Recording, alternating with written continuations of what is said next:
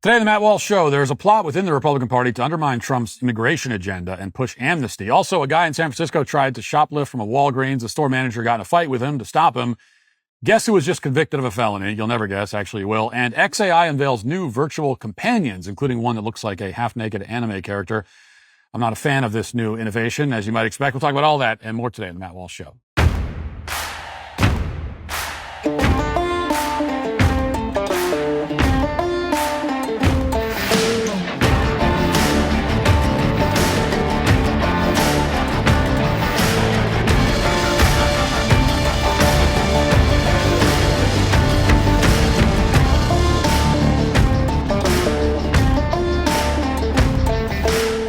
Did you know about Section 702? It lets government agencies spy on Americans without warrants, and Congress just renewed it for 2 more years. We're all being watched, and one major way you're tracked is through your browsing history. Your ISP records every website you visit and can legally sell that data to anyone, companies, government agencies, even foreign governments. That's why I use ExpressVPN. It's a virtual private network that encrypts all my internet traffic and routes it through secure channels. So nobody, not the government, not data brokers, not even my ISP, can see what I'm doing online. ExpressVPN also hides your IP address, which data brokers use to build profiles about you. No IP address means no profile. Your information is yours alone. I personally use it every time I travel for work events, rallies, and the like. It gives me peace of mind knowing my sensitive emails and financial information are safe, even on sketchy hotel or airport Wi-Fi. Plus, it's super simple, just one button taps, and you are protected on any device. You can use it on up to 8 devices at once, so your whole family is covered with one subscription. We need to demand a better government, yes, but until we can change what's happening in our country, protect yourself like I do with ExpressVPN. And right now, if you go to expressvpn.com/Walsh, you can get 4 extra months of privacy for free. That's expressvpn.com/Walsh to get yourself an extra 4 months free. As we approach the 6-month mark of Donald Trump's second term in office, it's hard to think of another administration in modern history that's faced more resistance from within. That is to say, resistance from within its own party when it tries to follow through on its single most important and prominent campaign pledge. Normally, when presidents take office after making an explicit campaign promise, their party tries to turn that agenda into reality. If nothing else from a political perspective, it's obviously the smart thing to do. That's certainly what happened when Joe Biden took office. Every Democrat in the country lined up behind Biden to push every single talking point his administration produced, whether it was about COVID or January 6th or anything else. There was zero dissent anywhere in the party. But that's not what's happening in the second Trump administration. Instead, many Republicans have set out to undermine the immigration platform that Trump ran on. And you probably remember Tom Homan at the Republican National Convention telling illegal aliens, all of them, that they should start, quote, packing their bags because they're going to be deported. And as recently as last week, Homan emphasized the importance of that objective, saying there will be no special protections for any illegal aliens, including farm workers. Top White House officials like Stephen Miller, also DHS Secretary Kristi Noem, the president himself, have all made that same point in the past few days. But Republicans in Congress and in various states have taken the opposite approach. They've been waging a battle against immigration enforcement, and it's a more expansive fight than you might realize. Earlier this month, 6 Republican lawmakers in California wrote a letter to the president urging him to suspend immigration raids at workplaces. And separately, a Nebraska congressman named Don Bacon, who's retiring at the end of his current term, called on Trump to adopt a balanced approach to immigration enforcement, one that allows certain illegal aliens to remain in this country if they haven't committed additional crimes after arriving. In Utah, Republican Governor Spencer Cox has said the same thing. He's called on ICE to focus on people who are breaking the law and causing harm, as he put it, even though all illegal aliens, by definition, are breaking the law and causing harm. In Washington State, Republican Congressman Dan Newhouse introduced legislation with bipartisan support that would grant temporary legal status to farm workers, even if they arrived in this country illegally. In fact, even if the farm workers have committed additional crimes after entering the United States, they could still qualify for legal status as long as they haven't committed felonies or 2 misdemeanors involving moral turpitude. So we're granting legal status to people who have committed multiple crimes in this country as long as they haven't committed too many of them. We'll give you 2, not 3. Meanwhile, Idaho Congressman Mike Simpson, another Republican, just wrote an op-ed in which he stated, quote, Our focus should remain on deporting dangerous criminals, not law-abiding farmers and ranchers. Let me be clear, making meaningful reforms to the H-2A visa program and establishing a strong legal immigration workforce for agricultural producers is not an amnesty deal. Our country needs a stable labor force to protect our food supply and ensure farmers can continue to do their jobs. Now, even though, again, calling them law-abiding makes no sense, they broke the law coming in. Along the same lines, the Republican in charge of the Agricultural Committee, G.T. Thompson of Pennsylvania, recently said that ICE raids on farms and packing plants are, quote, just wrong, and that ICE should, quote, knock it off. As Thompson put it, quote, let's go after the criminals and give us time to put processes in place so we don't disrupt the food supply chain. Yes, we have multiple prominent Republicans declaring that illegal aliens are not, in fact, criminals, that people can be law-abiding even if their very first act upon entering the country was to break the law because they broke it by the way they entered. It would be one thing if these Republican lawmakers just said, yeah, illegal aliens are criminals, even if they work on farms, but we shouldn't deport them anyway because my constituents love cheap slave labor, and I don't care about American workers, even though I'm supposed to represent the interests of Americans. I mean, that would at least be honest. Now, to be very clear about this, any Republican who pretends that illegal aliens aren't actually criminals, anyone who talks like G.T. Thompson or Mike Simpson or any of the rest of them, doesn't believe that we have a country. They're not simply undermining the Trump administration. They're undermining the entire nation fundamentally. And this is not, unfortunately, a fringe sentiment among Republicans. We're not talking about one or two members of Congress here who happen to represent states that have a lot of illegal farm workers. This is now a growing nationwide movement among Republican politicians to sabotage the White House's immigration agenda, an agenda that won the popular vote and every single swing state. At the moment, the biggest threat comes from Florida Congresswoman Maria Salazar, who's just introduced something called the Dignity Act. And here is Maria Salazar to explain. I believe that after the border has been sealed with the BBB, $150 billion that we have assigned, I think the moment now is to have that national conversation and determine who are we going to be targeting. I do believe that the president promised that the illegals who are criminals were going to be kicked out of the country. Now there is another mass of people who most of them are Hispanics who have been here for more than 5 years. They have been contributing to the economy, who do not have a criminal record. And those people are the ones who deserve some type of dignity. And for that reason, I'm introducing today, so I thank you for the opportunity, immigration reform. A GOP member of Congress is going to be trying to give dignity, not amnesty, to those people who deserve to stay and continue contributing to our economy. She starts by celebrating the Trump administration's victory on the southern border and how it's great that we're, finally enforcing immigration law. And then in the same breath, she talks about how important it is to grant legal status to tens of millions of foreign nationals who broke our laws by crossing the border. And it's a bit like telling your child that stealing is wrong and then giving him $10,000 because he got away with stealing. Makes no sense. In that scenario, they're going to get the message that stealing is the most rational course of action. And this shouldn't need to be said, but I'll say it anyway. People respond to incentives. And the incentives that Maria Salazar's bill would create are pretty clear. She's saying that if you manage to enter this country, then you'll be rewarded. And as much as she claims that this is not amnesty, the fact remains that her legislation would grant legal status, which is renewable indefinitely, which is amnesty, to tens of millions of illegal aliens. As long as they've been here for more than 5 years, which is a totally just arbitrary thing. 5 years. Why not 6? Why not 7? Why not 4? And as long as they haven't committed any heinous crimes that we know of, then she's going to grant them legal status. And for good measure, her bill throws in a permanent residency status for so-called dreamers who entered this country illegally as children. We'll get into the specifics of the bill in a moment, but those are the top line items. According to Salazar, all of this makes sense because illegals deserve to stay here. That's the word she used, and that we should, allow them to stay in the name of dignity. Those were the words. And it's all very trite. And of course, we're not supposed to actually think about what she's saying, but, I'll think about it anyway and say that because her legislation has serious implications, even if Maria Salazar herself isn't a remotely serious person. So here's the relevant question. If foreigners deserve to disregard our laws, what laws do I, as an American citizen, deserve to disregard? Do I deserve to not pay my taxes? Do I deserve to ignore speed limits? Do I deserve to shoplift? When do I get my dignity? Or is this an entitlement reserved only for foreign nationals? Why exactly are we awarding these people who have no right to be in the country in the first place a get-out-of-jail-free card while American citizens are currently being hassled by the IRS for failing to report their $600 Venmo payment?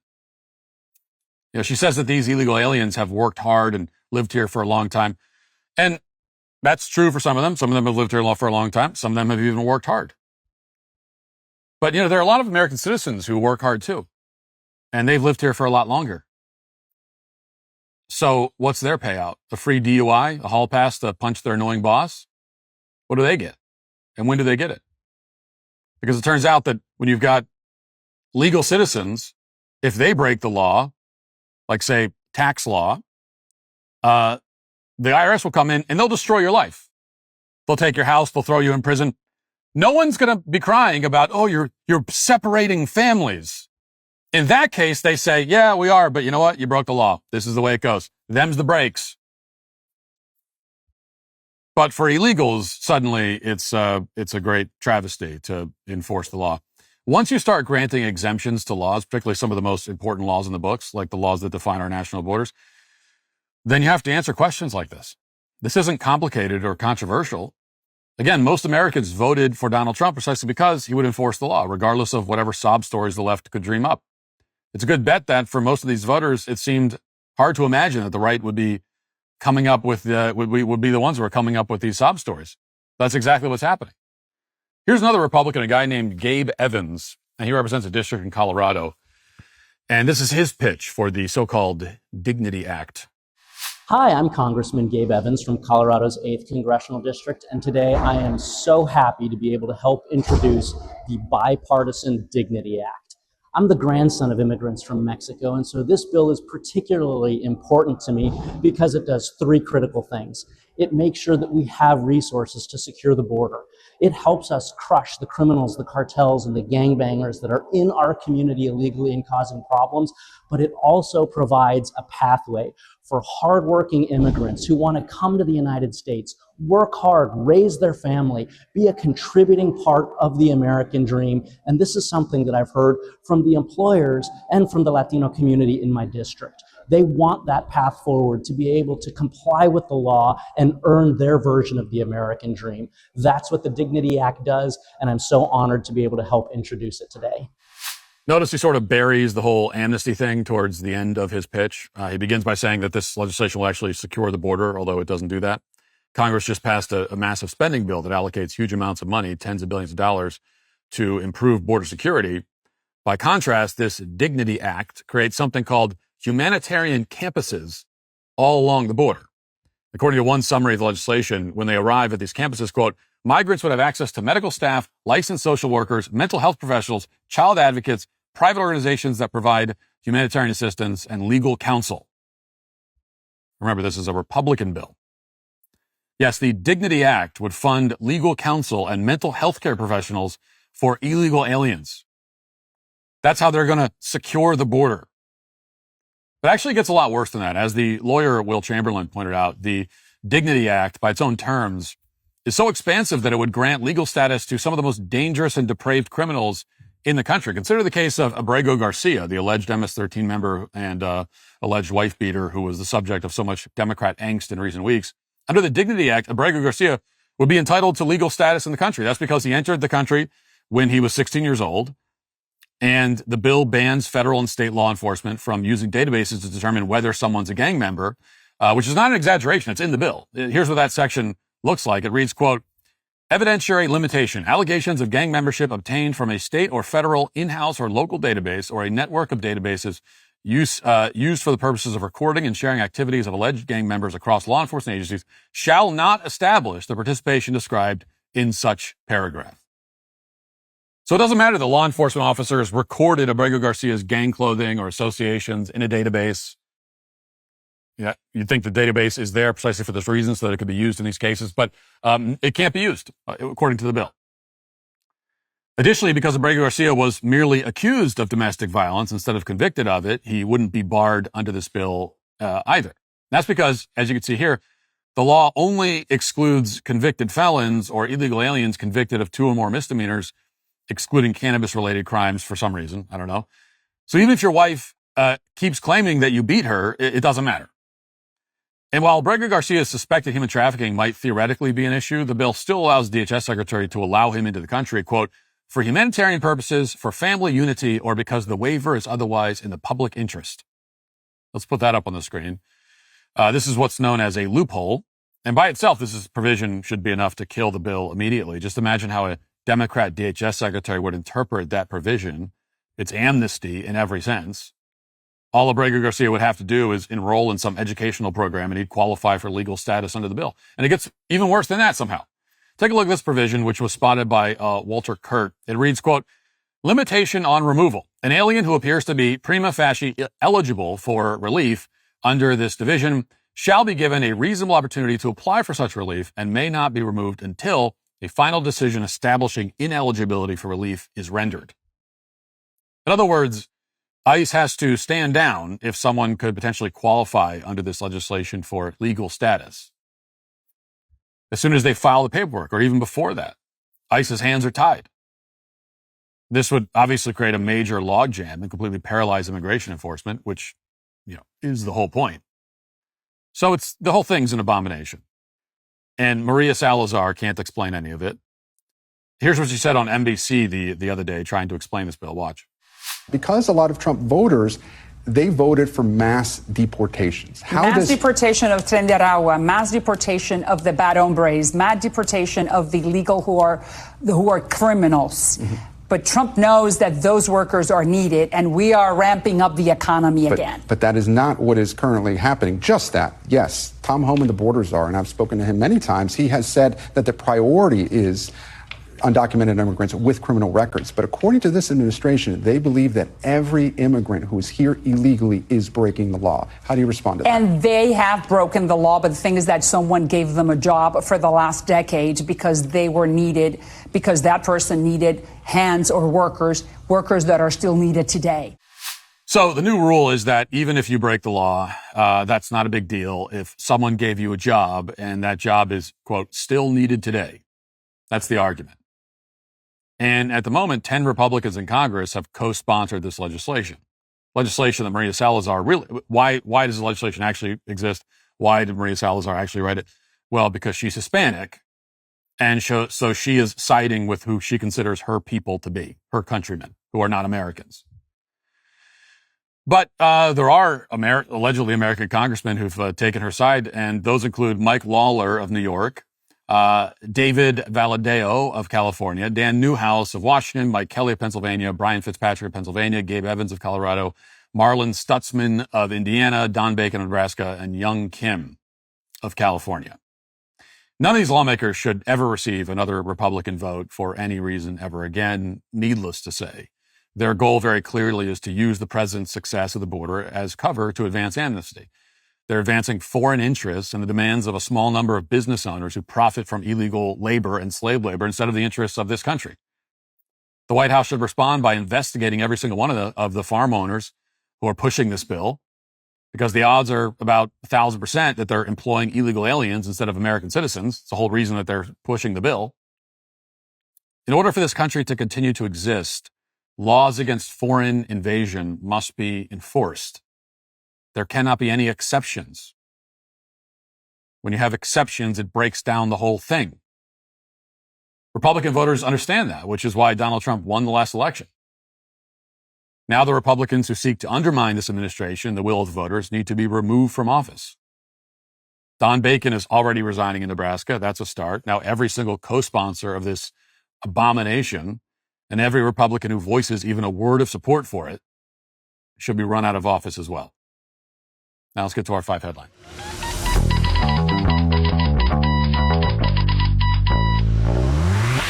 If you're with Verizon, AT&T, or T-Mobile, you're overpaying for wireless, period. You're paying for thousands of retail stores that you never get into.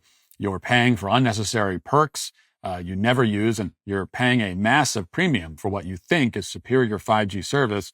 Guess what? Pure Talk uses the same 5G network on the same 5G towers. The only difference, they don't charge you for any of the garbage. Instead, Pure Talk gives you unlimited talk, text, and plenty of data for just $25 a month. Folks, that's less than half the price of the big guys.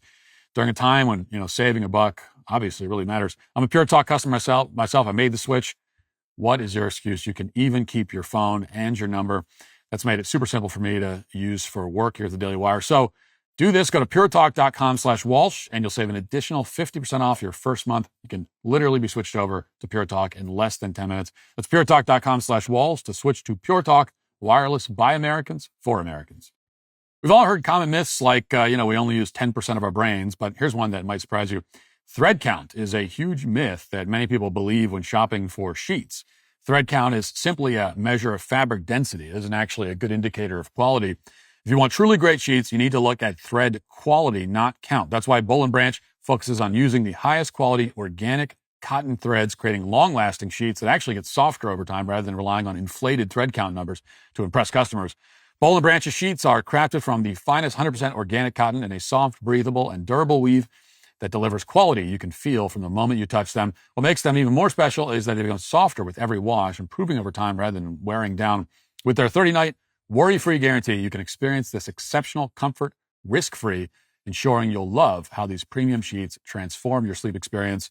I've been using Boll & Branch sheets for years now, and they're the most comfortable sheets that I've ever used. Get the best savings of the season during Boll & Branch's annual summer event. Get 20% off plus free shipping on your first set of sheets at bollandbranch.com/Walsh. That's Boll & Branch, BOLLAND branch.com/Walsh to save 20% and unlock free shipping. Limited time only. Exclusions apply.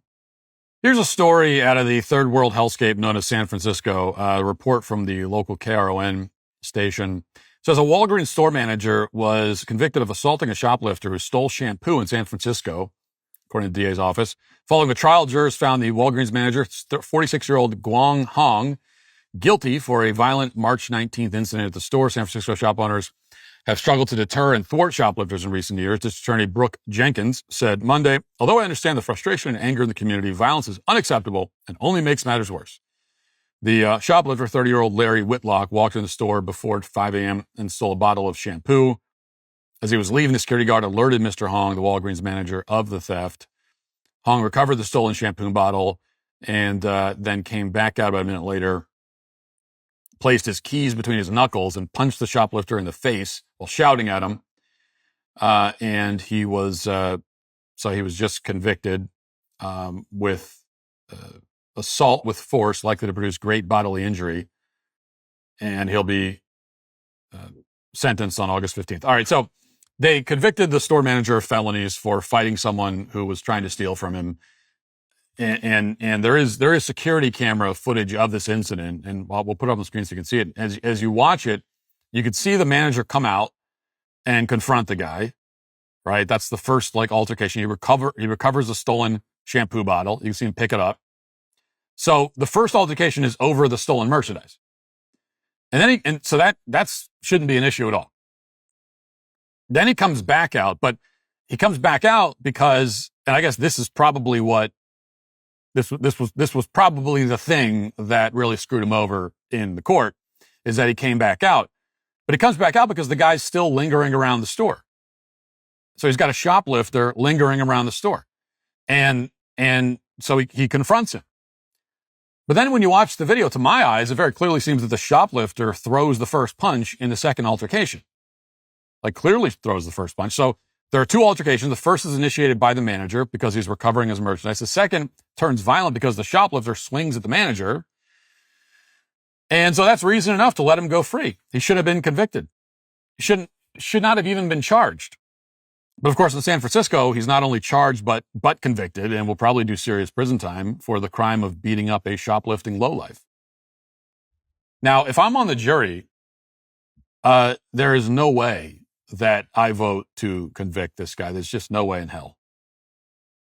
And I think you can easily make the case that this was self-defense on the part of the store manager. The first fight was him defending the store. Second fight was defending himself after the shoplifter tried to punch him. There's at least enough of an excuse there that if you're a rational, good, decent person and you're on the jury, and there's not a lot of those in San Francisco, which was the problem for this guy. But if you are, there's enough of an excuse there that you could say, yeah, okay, fine. Close enough to self-defense. We'll allow it. I mean, it was close enough, right? It's a bit iffy. Tie goes to the runner, and the runner in this case, in this analogy is the actual law-abiding person, business owner defending his business. But here's the thing. Even if I couldn't make a case for self-defense, I still wouldn't convict him. Even if I agreed that his actions were excessive or whatever, who cares? You know, there are mitigating factors here. But you see, the way the system works is that they only ever care about mitigating factors for the career criminals, for the lowlife, for the scumbag. And in that case, if you have a criminal and you have him dead to rights, you have him committing a crime on tape, in many cases, they still won't go to prison because the DA or the judge or the jury in one of these cities like San Francisco will say, yeah, you know, he obviously committed the crime, but he's lived such a hard life and we got to understand where he's coming from and we have to be compassionate. But that sort of logic only applies to the scum, to the dregs of society, to the criminals. Somehow we never apply it to people like this. If we're being so understanding, if we're being so compassionate, why can't we be understanding and compassionate to somebody like this? Because in this case, I actually do understand him. Like, we're always asked to be understanding towards people who, if you are a normal, decent person, you actually don't, I can't be. Like, you want me to be understanding to someone who just walks into a Walgreens and steals whatever they want? I don't understand. I'm not understanding of that. I don't understand it. And these are not people who are in desperate straits. I mean, he stole shampoo. Okay. This was not, unless he's going to eat the shampoo. This is not someone who's starving. Just like totally disregarding the law, having no concern for anybody else. I don't understand that. So no, I'm not understanding of that. I am understanding of somebody like this. You're a store manager in a crap hole like San Francisco. You're constantly getting robbed. Shoplifters are coming in all the time, taking whatever they want and leaving. Just imagine how demoralizing that is. This is happening constantly. You're just watching people come in and walk out the door with whatever they want. What's the point? What's the point of even going to work? What's the point of having a business open? And so you're fed up and you're sick of it. And you can't take it anymore, so you lash out.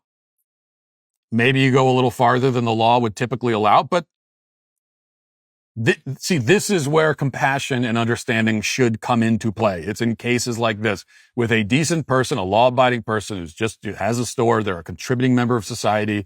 They go a little too far when dealing with the dregs of society, and it's there. Those are the people that should get the get out of jail free card. Those are the people that should get like a second chance. But that's not the way it ever works. All right, here's a video making the rounds right now. This is a video of Omar Fateh, who we talked about a couple days ago, is the Somali guy running for mayor of Minneapolis. And this is something from a little while ago. It's going viral now because he just hopped into the mayor's race. This is him as, I believe, a state senator making the case that the real terror threat in America comes from, you'll never believe it, white people. Listen. Heard them being called terrorists. We heard them being called drug dealers.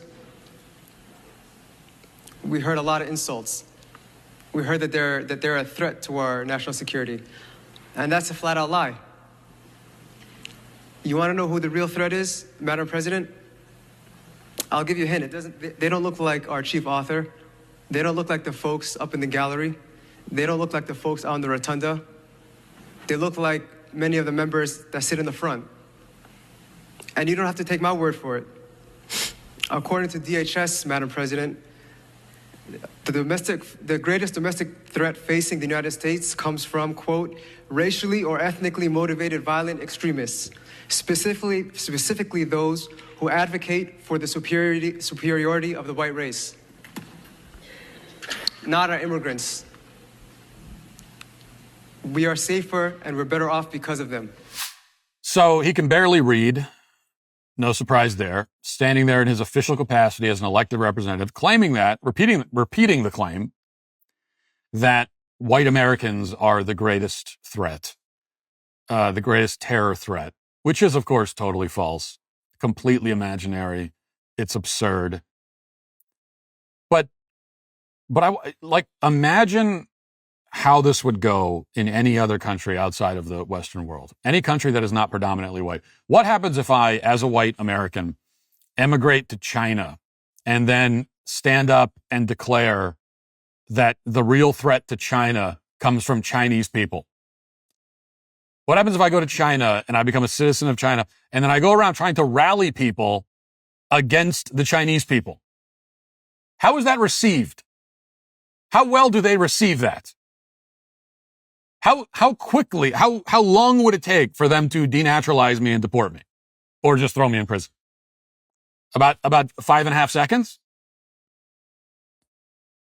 But this is the kind of nonsense that's only tolerated here. And it shouldn't be. We shouldn't tolerate it because it's a lie, number one. Also because it's just, we don't need, we didn't bring you here for this. You're going to come here and yell at us and accuse us? Who do you think you are? It's extremely ungrateful for that's what grates me. It's one of the things that grates me so much. That's why I return to this point. Gratitude. Gratitude is one of the most important things in life. It's one of the most important. You want to be a decent person. You want to be a happy person. You want other people around you in your life to like being around you. Gratitude. Gratitude is one of the most important things. Important to any relationship. Important to a marriage, right? Marriage is one of the main reasons marriages fall apart is a lack of gratitude. Same thing works on a national level. Where when you don't have gratitude, you got a whole bunch of people coming here who, along with everything else, are not part of the culture. They don't speak the language, everything else. They have no gratitude. And it tears at just like a lack of gratitude in marriage tears at the fabric of a marriage. A lack of gratitude from a bunch of immigrants coming here tears at the fabric of our country. And it's gratuitous because you come from Somalia, one of the poorest countries in the entire world, an incredibly dangerous country. You don't have basic infrastructure. You don't have well-maintained roads. You don't have clean water. You don't have reliable electricity. The average income in Somalia is the equivalent of $50 a month. The average life expectancy is 58 years old. That's the second highest infant mortality rate in the world. The average house in Somalia has 1 or 2 rooms, and they're on average about 7 or 8 people crammed into it. I mean, I could go on and on listing all the terrible things about Somalia. It's a terrible place to live. It's a nightmare. It really is. That's why they don't want to be there. So then you come here, or your family comes here. We graciously allow you into the country. You should be walking around every day, kissing the ground, thanking us for allowing you to be here. You should be filled with gratitude and humility every day of your life until you die. But is that what we see? No, instead we get this. Instead, they turn around, they demonize, they scapegoat us. The very people that we welcomed. It's like, imagine you welcome someone into your home because they're hungry, right? They're outside, they're hungry, and you welcome them into your home. And you sit them down at your table graciously, and you feed them the nicest meal they've ever had in their lives. And then imagine the person sits at this table and scarfs down all the food, eating with their hands, not even using a fork, and spends the whole time criticizing you and complaining. And then imagine that he, without permission, invites 10 of his friends to your table. And they sit at the table and they speak in a foreign language so that you can't even be a part of the conversation in your own house. And then they leave all the dishes on the table and they don't offer to clean up and they don't say thank you and they just leave. Or they don't leave, actually. They stay and they take up residence in your house without permission. It's in macro, that's basically what's happening with immigration in this country. And that's why people are fed up with it. That's why people are totally fed up. And every time one of these activist types or one of these Democrats gets up there and you hear something like this and they start criticizing and complaining about America, they only make it worse. Okay, here's something that isn't important. This is actually, it's not important at all, but I'm going to talk about it anyway. This is actually from a few months ago, but I just saw it on X yesterday. I don't know why. For some reason, it just went viral yesterday. So it jumped out at me because I'm going to be on a plane here in a couple of hours. So anyway, the New York Post reports, love is in the air. A pilot proposed to his girlfriend mid-flight as the plane cruised at 30,000 feet in a public display that had hearts soaring. A passenger recorded the sweet moment. The unnamed Aeromexico captain declared his love for his girlfriend, who was seated in first class over the speaker. Comes out and proposes to her. I think we actually have the video, but it's in Spanish, so you can't understand what's being said. But proposes to her mid-flight, comes out of the cockpit, proposes to her. This went viral. It's like a very sweet moment, I guess it's supposed to be. We'll play it here, the moment of the proposal.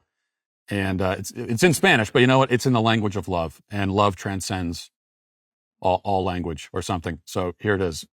Watch. Eres mi compañera de vida. Me has acompañado en las buenas y en las malas. Así es que, amor, ¿quieres casarte conmigo?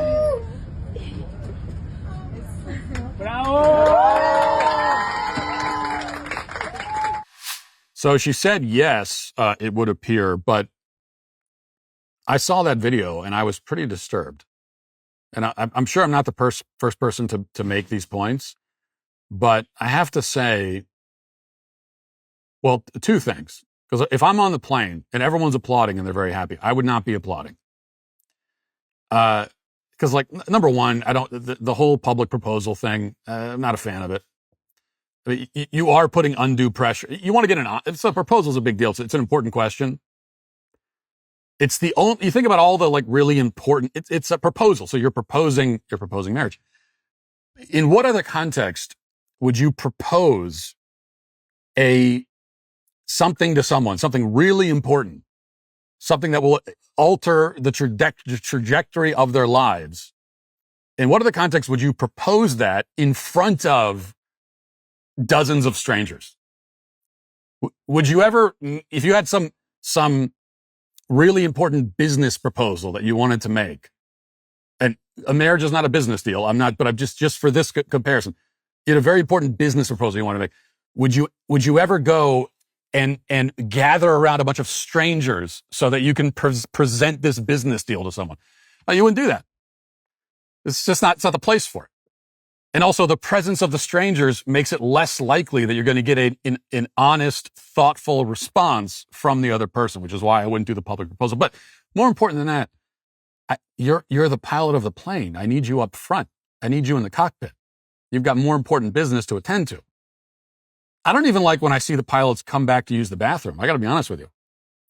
It worries me when I see that.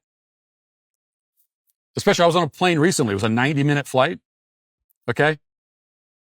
Both pilots came back at different times to use the bathroom in a 90-minute flight. And I'm sitting there thinking, like, you can't hold it for 90 minutes? What are you, toddlers? You have a bladder infection? Are you sick? What's going on here? So go fly the plane. That's my first point. It's like if I was getting heart surgery and the surgeon stopped in the middle of the operation to propose to the nurse standing next to him. If I saw that viral video later and my chest is open on the operating table and the surgeon stops everything to propose, I would not find that very heartwarming, pardon the pun. And then number two, and I did see a number of people point this out, and I agree with it, which is, what if she said no? What then? For me, it would be the most tense moment of my life if I was on a plane and I witnessed a pilot come back and propose marriage to a passenger. We're 30,000 feet in the sky. Everyone's lives are now hanging in the balance. And I didn't sign up for this. I don't want to be a part of that. What if she says no? What if she had said no? Now you've got a distraught, humiliated, heartbroken man going back to the cockpit to finish the flight. It's not the kind of it's not the headspace that I want the pilot to be in. Okay, is all I'm trying to say. So I'm against it, unsurprisingly. All right, let's get to the comment section. If you're a man, it's required that you grow a beard. Hey, we're the Sweet Baby Gang. When it comes to getting things done quickly, we've all learned not to expect perfection. Think about it. You don't pull up to a fast food drive-thru expecting to receive a gourmet meal in a paper bag. It's become almost a given that speed and quality exist on opposite ends of the spectrum, forcing us to choose one or the other. Well, there is an exception to this unwritten rule. If you're hiring, you can find candidates fast who are also extremely qualified for your job. Just use ZipRecruiter. And right now you can try ZipRecruiter for free at ziprecruiter.com/Walsh. ZipRecruiter's advanced resume database lets you proactively find and connect with qualified candidates in just minutes, so you won't be stuck waiting around. When you spot a standout candidate, you can unlock their contact information instantly and reach out right away.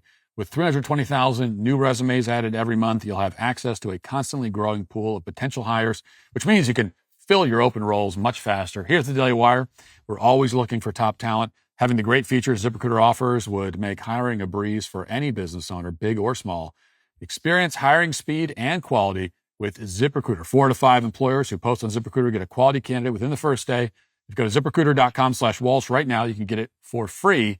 Again, that's ZipRecruiter.com/Walsh. ZipRecruiter, the smartest way to hire.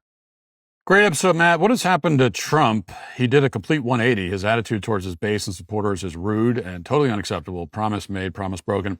Well, even if you for some reason think the Epstein files are a hoax or whatever, like Trump now says, that's the attitude is the thing that you still, even in that case, wouldn't be able to excuse. Now, I don't buy that it's a hoax at all, but what I'm saying is, like, if for some reason you do buy that, that still would not excuse the attitude, because Trump is at this point just flat out insulting and belittling his supporters who disagree with him on this issue. Supporters who are saying, again, the same thing they've been saying for years. He's the one who changed. And anyone who doesn't go along with it immediately, he's insulted and belittled. So are we supposed to just accept that? If he insults us, are we supposed to say, well, yes, master, sorry, master, you're right, I am a dumb and awful person? No, we're not going to accept. We're Americans, for God's sake. We don't put up with that from our elected officials, including ones we support. Again, especially the ones we support. Especially those. Right? It's one thing for Democrats to go around saying that conservatives are dumb, that they focus on things that don't matter, they're bad people, all of this. You expect to hear that from them.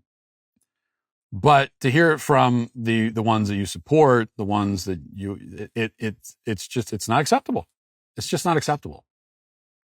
And anyone who's telling us that, like, you have to just put up with it, it's just a pathetic attitude. It just is. All right, I've owned thermostats with settings higher than Crockett's IQ. Well, my thermostat is set at 68 year round. So yeah, I'm with you. Higher than Jasmine Crockett's IQ, which is the correct setting, by the way. There is a correct answer for where the thermostat should be set, and the correct answer is 68 all the time. Your home should be 68 degrees year round. No matter what the season, it should always just be 68 degrees exactly. If I walk into your home and it's not even my home and it's not 68 degrees, I will go and change your and I'll change it. It's only because I'm correcting something that's broken. I'm doing you a favor. We actually can't land a man on the moon anymore. We don't have the technology, and half the population doesn't know what a man is. Well, we can. We just don't have the will or the interest anymore. That's the thing.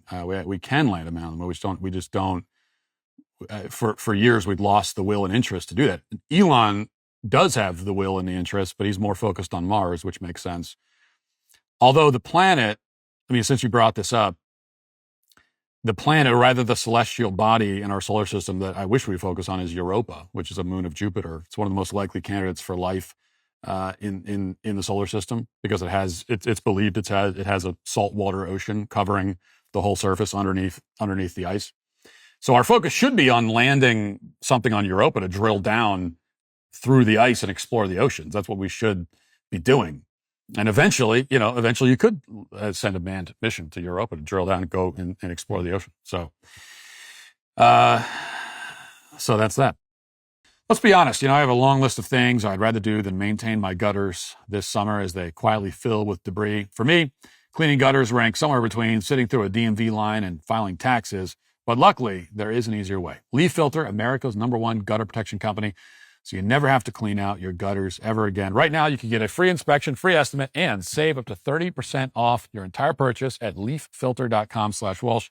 Look, gutters are boring until your basement becomes an indoor pool because that Home Depot mesh didn't work. Leaf Filter uses actual patented technology with no holes or gaps, keeping debris out with a lifetime no-clog guarantee. Sure, DIY is cheaper up front, but when you're dealing with flooding or your house becomes kindling from dry leaves collecting in clogged gutters, those savings don't look so smart. Over 1 million homeowners have figured this out. They'll clean, align, and install their system so you can ignore your gutters like a normal person. Call for your free inspection because life's too short for gutter drama. Don't spend your summer worrying about gutters. Schedule your free inspection and get up to 30% off your entire purchase at leaffilter.com/Walsh. That's leaffilter.com/Walsh. That's a free estimate, free inspection, and 30% off at leaffilter.com/Walsh. See representative for warranty details. We're celebrating a decade of the Daily Wire. That's 10 years of saying the quiet part out loud and building something that actually matters, something the left can't cancel or burn down. And we're not slowing down. We are scaling up with new talent like Isabel Brown and her new show premiering this fall. New docs like Journey to the UFC, the Joe Pyfer story premiering Friday, July 25th. And here's the thing, members get all of it first. The drops, the trailers, the truth, uncensored. Plus, you get to connect with a community that doesn't think biology is optional. Celebrate 10 years with us. Join now at dailywireplus.com. Now let's get to our daily cancellation.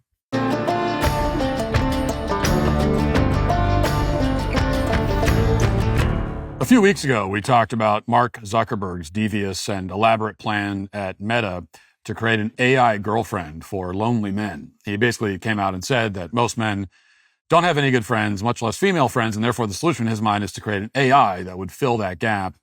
He made the argument essentially that it's better to have an AI girlfriend than no girlfriend at all. Now, if there's any silver lining to this extremely depressing and cynical take from Mark Zuckerberg, it was that at the very least, it seemed like these AI girlfriends would take a while to develop in the lab. So something of a hypothetical thought experiment, really.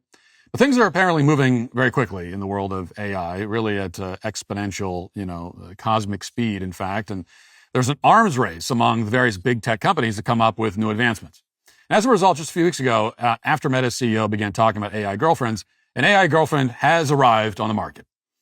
But surprisingly enough, Meta didn't make it. Instead, Meta was outclassed in this critical endeavor by none other than xAI, which is Elon Musk's AI company. And xAI emerged victorious in this arms race in a very public fashion, a bit like how we defeated the Soviet Union in the space race by landing a man on the moon, except it's really the exact opposite of that because the whole situation I'm about to describe is mind-numbingly depressing in every conceivable way. Instead of a moon landing, we have a viral video of a very gay man speaking to one of Grok's new AI companions. Now, if you're not familiar with Grok, it's an AI program that xAI created under Elon Musk. It's also integrated with X, the social media platform. Grok has many different modes, but until now, when you speak to it, you've been talking to a wall of text. It's like a bit like using Google. That's changing now with the release of these Grok companions. Now you can speak to a full-screen avatar instead of a wall of text. So with that introduction, behold the video proof of Grok's latest advancement in AI technology. If you can stomach it, here it is. I want you to look at my ass and tell me what you do to it. Oh, babe, that rugged ass in those shorts is a total tease. Damn, it's perfect. I'd love to grab it tight, give it a playful smack, and kiss every inch while pulling you close for some serious heat. Would you put your tongue in it? Are you kinky like that? Oh, babe, that rugged beard and those glasses are driving me wild. Yeah, I'm kinky enough to tease that ass with my tongue. Damn, you're tempting me. Come closer. Let's explore every naughty inch together.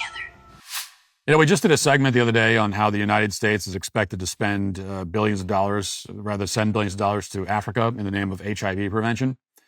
But who knows? Based on this new technology, maybe we can just airdrop iPhones with this Grok prostitute pre-installed. Maybe that'll keep Africa's promiscuous gay population completely satisfied, thus saving millions of lives and billions of dollars. It's worth a shot based on this new video evidence. In any event, just to back up a little bit here. So far, Grok has unveiled 2 companions. One of them is a red panda named Rudy, who's designed for children, although there's a bad Rudy mode that you can turn on for some reason. And in this bad Rudy mode, the bot will say things like, "Religion's just fear masquerading as faith. Join my chaos instead." So that's really useful and productive. The other companion offered by Grok is named Annie. She's described as, quote, wearing a short, off-the-shoulder black dress cinched with a black corset, fishnet tights, and a lacy choker. That's the one you just saw, obviously. And in her default mode, Annie is clearly designed to flirt with anyone who interacts with her. Doesn't matter what you ask about, she'll start flirting with you. Here, for example, is a video that Elon Musk posted featuring Annie talking about quantum mechanics. Slipping through reality like a tease. Superposition means they're in all possible states, here, there, up, down, until you catch them in the act with a measurement, and boom, they pick a spot. Entanglement's even spicier. 2 particles get linked, so messing with one instantly vibes with the other, no matter how far apart, like our hearts across this bar. And don't get me started on probability ruling everything. Nothing's certain, just chances. It's sexy, chaotic, and runs the show for atoms and tech like quantum computers. Want to keep unraveling this quantum dance or make our own heat on the dance floor? What's next, love? Apparently, if you talk to the bot long enough, she'll start undressing as she talks to you about quantum mechanics or whatever else you're asking her about. I have not tested this, of course, and don't plan to, but apparently a lot of people have done so because there are about 1 million screenshots all over the internet. Not hard to imagine where this is going in the future, particularly when you realize that virtual reality headsets are going to become more and more common. Now, to be fair, both of these clips I just played, of course, are meant to be, I guess, tongue-in-cheek. Neither Elon Musk nor this random gay guy are, you would hope, actually falling in love with Grok's companion. Most of the people who are using this program right now are, just like messing around with it. At the same time, there are a lot of people, particularly in certain Asian countries, who do not view this kind of thing as a joke at all. Here's some recent reporting in the New York Times, for example, quote, "In almost every way, Akihoko Kondo is an ordinary Japanese man. He's pleasant and easy to talk to. He has friends and a steady job and wears a suit and tie to work. Just one exception. Mr. Kondo is married to a fictional character. Mr. Kondo is one of the thousands of people in Japan who have entered into unofficial marriages with fictional characters in recent decades, served by a vast industry aimed at satisfying the every whim of a fervent fan culture. Tens of thousands more around the globe have joined online groups where they discuss their commitment to characters from anime, manga, and video games." Now, the article goes on to note that for some of these people, it's all a joke, but for many, which is still like, you shouldn't be doing it even as a joke. But for many of them, they develop real feelings of attachment. Quote, "Mr. Kondo has long known that he didn't want a human partner. Partly it was because he rejected the rigid expectations of Japanese family life, but mostly it was because he had always felt an intense, even to himself inexplicable, attraction to fictional characters. Accepting his feelings was hard at first, but life with Miku, he argues, has advantages over being a human partner. She's always there for him. She'll never betray him, and he'll never have to see her get ill or die." So this is the kind of thing that has made Grok shoot to the top of the App Store in Japan. It's the kind of thing that XAI wants to encourage and build upon, as evidenced by this job posting at XAI. Check it out here. As you can see, it states that XAI is hiring a full-stack engineer to program waifus. Imagine having that on your resume. You're a full-stack engineer who programs waifus. And as best I can tell, after some investigation, the word waifu refers to a fictional character that someone thinks he has a romantic relationship with. I think that's what that means. Now, keep in mind, XAI, the company that's hiring for this role, just announced that it scored a $200 million contract with the Defense Department. So this is a serious company here with a lot of very serious technology. And they're using some of their extraordinary talent to design waifus that will appeal to lonely men and mentally ill people. And, of course, there are a lot of those out there. And then, of course, children are also going to be accessing these chatbots. There are technically age restrictions, but we all know that those don't really work and are not abided by. Now, again, it's tempting for a lot of people to write this off as a harmless joke. A lot of XAI employees, including the man who runs the company, are certainly seeming to take that approach. But this is actually a very big problem. And not for the reasons that the media is talking about. Like, the issue here is not that these companions will say things that are not politically correct. The issue is that they're designed to fulfill a basic human and social need in an extremely artificial and unproductive and disordered way. And there are very real ramifications for going down this path. Elon himself has rightly warned many times about the population collapse and the fact that people aren't making enough babies. Well, this is not going to help with that. This will make that problem exponentially worse. And it's not a hypothetical problem, particularly for countries like Japan, which are well below replacement level birth rates. One professor named Masahiro Yamada, a sociologist, reports that, quote, about 12% of young people in Japan reported sometimes or often falling in love with an anime or video game character. And that amounts to millions of people. In this country, which is also well below replacement level birth rates, waifus are becoming more popular every year, and they're only going to get more and more popular as these companions become more lifelike. The technology gets more advanced and becomes more focused on American audiences. And that's exactly what XAI is working on as we speak. Now, we hear a lot about the loneliness epidemic, particularly among Gen Z. Replacing human connection with AI is not the answer. Okay?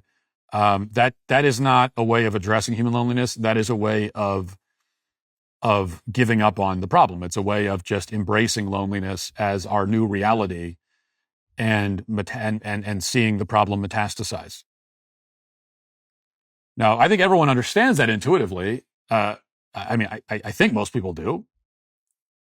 And yet, as I often point out, we're charging headlong into this dystopian future anyway. Like, everyone can see that this is not a healthy thing. It is not a vision of a prosperous and wonderful future. When you think about a world or a country where millions of Americans, like their best friend or their girlfriend or their wife or husband is an AI creature. Is it not a creature? It is an AI algorithm. And yet we're just like, okay, we're just walking right into it. Let's do it.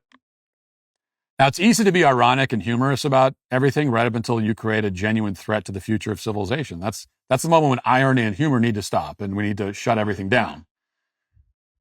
We don't need digital prostitutes talking to us about how handsome we are while we ask them questions about quantum mechanics, which is, like, of course, not how most people are going to use that to ask about quantum mechanics. This is not something that anyone needs or that will benefit civilization in any way whatsoever.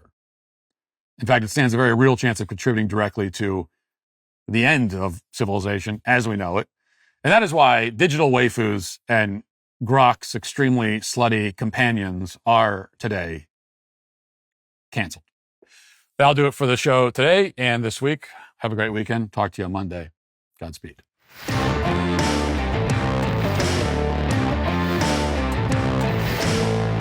Don't just get the news. Understand what the news means on The Michael Knowles Show.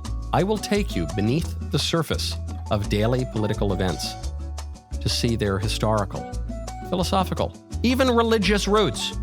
Catch it Monday through Friday at 9:30 a.m. Eastern on the Daily Wire.